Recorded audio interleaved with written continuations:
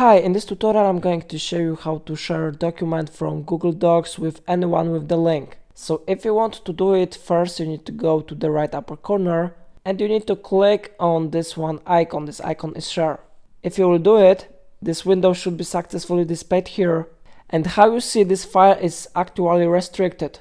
On this mode, only people with the access can open with the link. So if you want to enable this document to anyone, you need to click on this arrow and you need to change it to anyone with the link. Then you can set the role for these people.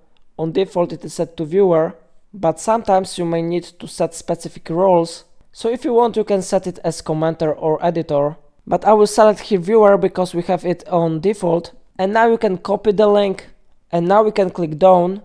And if someone from different account will open this link, he will be able to view your document. But of course he has not edit access because you set his role as a viewer, not as editor. So how you see it really works. If I helped you, remember to like this tutorial and subscribe my channel. Please let me know in comment if it's of a problem.